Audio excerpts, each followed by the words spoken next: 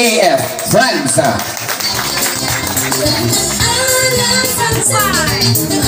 Alright, thank you. Okay, sa inyo pong na walang sawang pagtulong sa amin. And of course, yung ating mamamayan ng Area 5 and 6 na pinangungunahan ng ating Purok leader, si Purok Al Laudico. Nasaan si Purok? Palakpakan natin si Purok Al. Si Purok Ronnie Gadtula.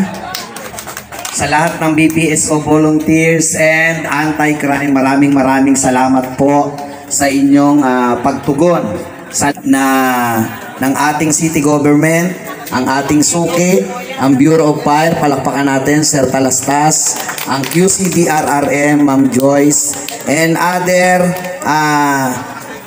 departments ng ating Quezon City na patuloy na sumusuporta po sa mga layunin at mga advokasya ng ating barangay. Kasama rin po natin si Pastor Manitnit ng Old Balara Ministerial Association. Palakpakan po natin. So, ito pong kasimbayanan, isinama na natin dito sa ugnayan at kapihan. Nung dati, ang kasimbayanan, ang tawag dyan ay UBAS. Ugnayan ng barangay at simbahan. So ngayon, ang kasimbayanan ay ang layunin ng ugnayan at kapihan sa barangay with kasimbayanan. Of course, magkaroon tayo ng regular na ugnayan, no? Ang pamahalang barangay, gayon din ang mamamayan ay nagkakaroon ng regular na pag-uusap. Programa na ito ay nakita po natin na isang napakagandang programa. At sa kalaman ng lahat, ito ay kinilala noong 2019 bilang Best Innovation and Best Practices ng ating barangay. Na kung saan nagkakaroon ng regular na ugnayan, nagkakaroon tayo ng pag-uusap, nagkakaroon ng mga suhestyon mula sa ating mamamayan. At nadidinig ng ating barangay ang mga issues and concern na pumapaloob po dito sa ating barangay at nagkakaroon tayo ng tinatawag na dagliang aksyon at solusyon sa mga problemang kinakaharap ng ating barangay. Clear barangay.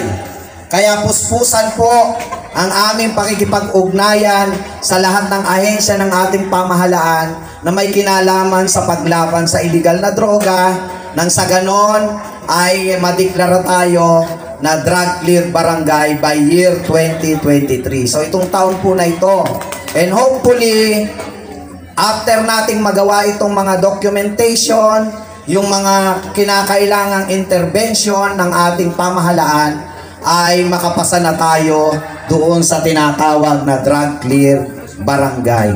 So ibig ba sabihin ng drug clear barangay ay wala na nagtitinda ng shabu?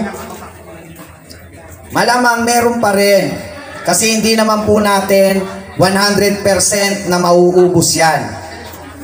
Ang ibig sabihin ng drug clear barangay ay merong ginagawang tuloy-tuloy na aksyon ang ating barangay at ang ating pamahalaang lungsod, ang ating Philippine National Police at ang ating Philippine Drug Enforcement Agency, na kung saan kailangan makontrol ang pagdami ng illegal na droga sa bawat barangay dito sa Quezon City. Pangalawa, yung tinatawag na intervention. Yung intervention program ng barangay at ng ating city government. Ano yung intervention program? Yan po yung tinatawag na counseling and rehabilitation. No, na kung yung gumagamit ng illegal na droga ay after the assessment ay kinakailangan i-rehabilitate. So, ang barangay at ang ating Quezon City kada ay mangunguna upang dalahin sa tahanan yung ating kabarangay na nalulong sa illegal na droga. Ngayon, kung medyo hindi pa naman malala ang kanyang problema sa illegal na droga dahil ito ay isang sakit, ika nga, no? Ay magkakaroon naman tayo ng intervention ng counseling dito sa tinatawag nating BADA. Then, kung yung mga nagtitinda ng mga illegal na droga, yung shabu, marijuana, papasok naman po yung tinatawag na enforcement. So, naandyan ang barangay, ang pulis, at kung big time ang involved, yung PIDEA. So, yan po ang sinasabi natin tungkol sa drug clearing, no? At tayo po, sa tingin ko, simula nung pinuspos natin ang pagtatrabaho tungkol sa illegal na droga, I think nakaka-80% na tayo. And hopefully, makomply natin 100% at nang sa ganon ay may sumiti na natin ito sa kaukulang ahensya. It requires cooperation ng bawat isang mamamayan sa ating barangay. Sa maliit o malaking paraan, kailangan pong tumulong ang ating mamamayan sa pagbibigay ng tamang impormasyon, sa pagsusumbong ninyo sa amin, sa barangay, sa pulis, nang sa ganun po ay maaksyonan po natin ang illegal na droga sa ating lugar. Sa gamit na illegal na droga, hindi natin ulihin yan.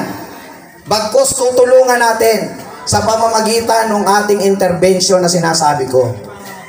Mas mainam na makita natin yan doon sa loob ng tahanan kaysa makita natin yan sa loob ng kulungan o kaya doon sa 2x2 na na bahay.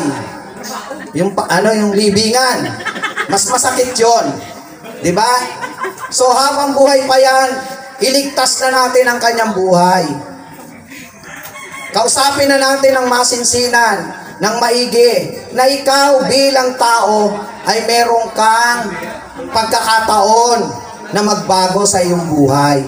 Na manumbalik ka sa iyong pamilya, na manumbalik ka sa komunidad, na hindi mo ikinahihiya ang iyong sarili. Manumbalik ka sa trabaho mo. Lalong-lalo na yung pamilya. Yan po ang numero 1 naapektuhan ng illegal na droga. Mapagtagumpayan natin ang laban sa illegal na droga. At ang barangay, ang inyong pamahalang barangay, ay lagi pong naandito para tulungan po natin yung mga nasasadlak dyan sa illegal na droga. Siyempre, nasa loob ng pamamahay mo, paano hindi mo nalaman? So, hindi lang tayo naging maingat na piliin yung mga nangungupahan. So, yan po, malaking bagay sa amin yan sa barangay.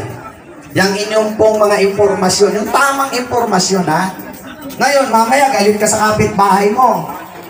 Susumbong mo, ay, kapitan, itong si ganito, nagsasyabu ito. Yung pala, may alitan lang kayo. O kaya, siningil ka sa utang mo, hindi ka nakabayad, sinumbong mo ngayon sa barangay. Sabihin mo, ito, nagsasyabu itong kumari ko. Okay? So, kaya binibigyan din ko tamang impormasyon. At siya naman po binabalidate ng barangay, ng pulis. Mr. Clayman, laging present, no? We are always live. Siguro parang CNN ata. Okay, we will give 2 questions. Sino po ang may katanungan dyan? Subukan nyo lang! Subukan nyo lang daw.